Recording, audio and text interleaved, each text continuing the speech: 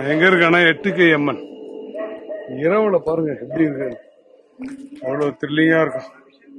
அம்மாவை நம்பி நிறைய மக்கள் வர்றாங்க, நல்லதே நடக்குதான். ஒருத்தர் வாழ்க்கையே இழந்து சொத்தெல்லாம் இழந்துட்டாரா, இந்த அம்மா சொத்தை மீட்டு கொடுத்தாங்களாம். அதனால அமாவாசை அவர் தான தர்மங்கள் பண்றாராம். இந்த மாதிரி நிறைய பேர் வாழ்க்கையில நடந்திருக்கு.